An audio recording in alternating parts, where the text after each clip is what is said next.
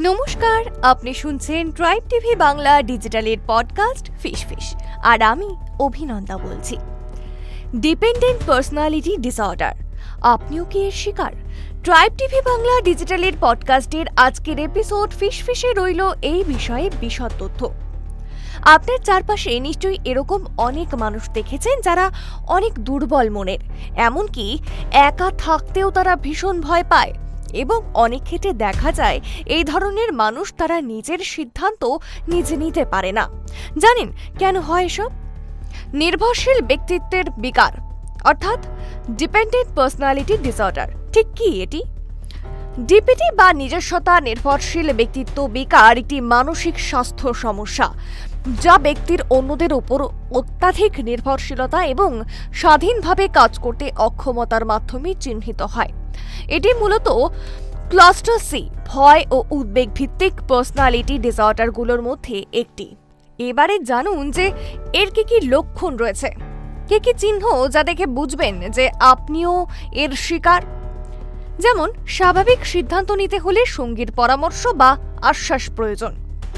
স্বাধীনভাবে কোনো কাজ শুরু করা কঠিন মনে হওয়া। একাকিত্বের ব্যাপারে অস্বস্তি এবং অসহযোগিতা, যে আমি সহজেই একা থাকতে পারি না এমন অনুভূতি।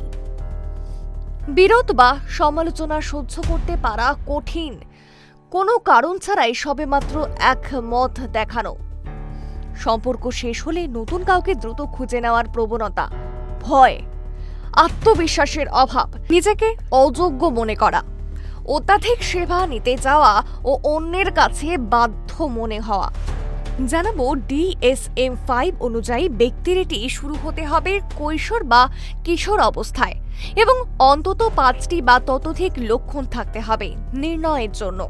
এই লক্ষণগুলি শুধুমাত্র ব্যক্তির তত্ত্ববিরোধে নয়, তাদের দৈনন্দিন কাজ ও সম্পর্কেও প্রতিবন্ধকতা তৈরি করে। কি কি কারণ রয়েছে জানেন, এবং কি ঝুঁকি রয়েছে? ডিপিটির কারণগুলো পুরোপুরি স্পষ্ট না হলেও যে কারণগুলো অত্যন্ত গুরুত্বপূর্ণ তা হল জেনেটিক ও পারিবারিক পটভূমি। পরিবারের পার্সোনালিটি ডিসঅর্ডার বা উদ্বেগজনিত রোগ থাকলে ঝুঁকি বাড়ে। কৈশোরকালীন পরিবেশ, অত্যাধিক সুরক্ষা বা কর্তৃত্বপরায়ণ, বাবা মা, নিপীড়ন, অবহেলা এবং এসব মানসিক বিকাশে নেতিবাচক প্রভাব ফেলতে পারে। আবেগগত ও সাংস্কৃতিক অভ্যেস, নিজের প্রতি আস্থা কম থাকা, অনিশ্চয়তা ও নির্ভরযোগ্যতার অভাব, এগুলি পার্সোনালিটি বৈশিষ্ট্যে প্রভাব ফেলে। এরপর রয়েছে পরিচয় ও নির্ণয়। এটি নির্ণয় করা একজন মানসিক স্বাস্থ্য বিশেষজ্ঞ, যেমন মনোরোগ নাকি মনোবিদ, যে DSM-5 TR এর নির্দিষ্ট মানদণ্ড অনুযায়ী রোগীর লক্ষণ, ইতিহাস, আচরণ এবং মানসিক অবস্থা মূল্যায়ন করবে। অন্য যেন কোনো শারীরিক কারণ না আছে সেটা দেখতে ফিজিক্যাল পরীক্ষা বা রক্ত পরীক্ষা করানো হতে পারে। কি চিকিৎসা রয়েছে, কি ব্যবস্থা রয়েছে? মনোচিকিৎসা, কগনিটিভ বিহেভিয়ারাল থেরাপি, নেতিবাচক চিন্তা ও আচরণ চিহ্নিত করে সেগুলো বদলাতে সাহায্য করে, আত্মনির্ভরতা, স্ব-আস্থার দিকে এগিয়ে যায়। সাইকোডাইনামিক থেরাপি, শৈশবকালীন ঘটনার গভীরে ঢুকে ডিপেন্ডেন্সির উদ্ভব ও প্যাটার্ন বিশ্লেষণ করে। যদিও থেরাপির সাথে ডিপেন্ডেন্সি তৈরি না হয়, তার প্রতি সতর্ক থাকা উচিত। স্কিমা থেরাপি, ব্যক্তির অব্যাহত ডিপেন্ডেন্সি প্যাটার্ন বোঝার পর সেগুলি পরিণতভাবে বদলানো যায়। শৈশবের আনমিট নিডস পূরণ করার পথে কাজ করে। তবে কি ভাবছে, এসবের কোনো ওষুধ রয়েছে? ডিপেন্ডেন্ট পার্সোনালিটি ডিসঅর্ডারের জন্য নির্দিষ্ট কোনো ওষুধ নেই, তবে অ্যাংজাইটি বা ডিপ্রেশন থাকলে মনোবিদ সাবধানে অ্যান্টি ডিপ্রেসেন্ট বা অ্যান্টি অ্যাংজাইটি ওষুধ দিতে পারে। অন্যান্য সহায়ক উপায় কি থাকতে পারে? স্ব-সহায়ক কৌশল, যেমন নিজে ছোট সিদ্ধান্ত নেওয়া, আত্মসম্মান বৃদ্ধির জন্য ইতিবাচক তালিকা তৈরি করা এবং সমবেদনামূলক সমাজ থেকে মানসিক সহায়তা পাওয়া যায়।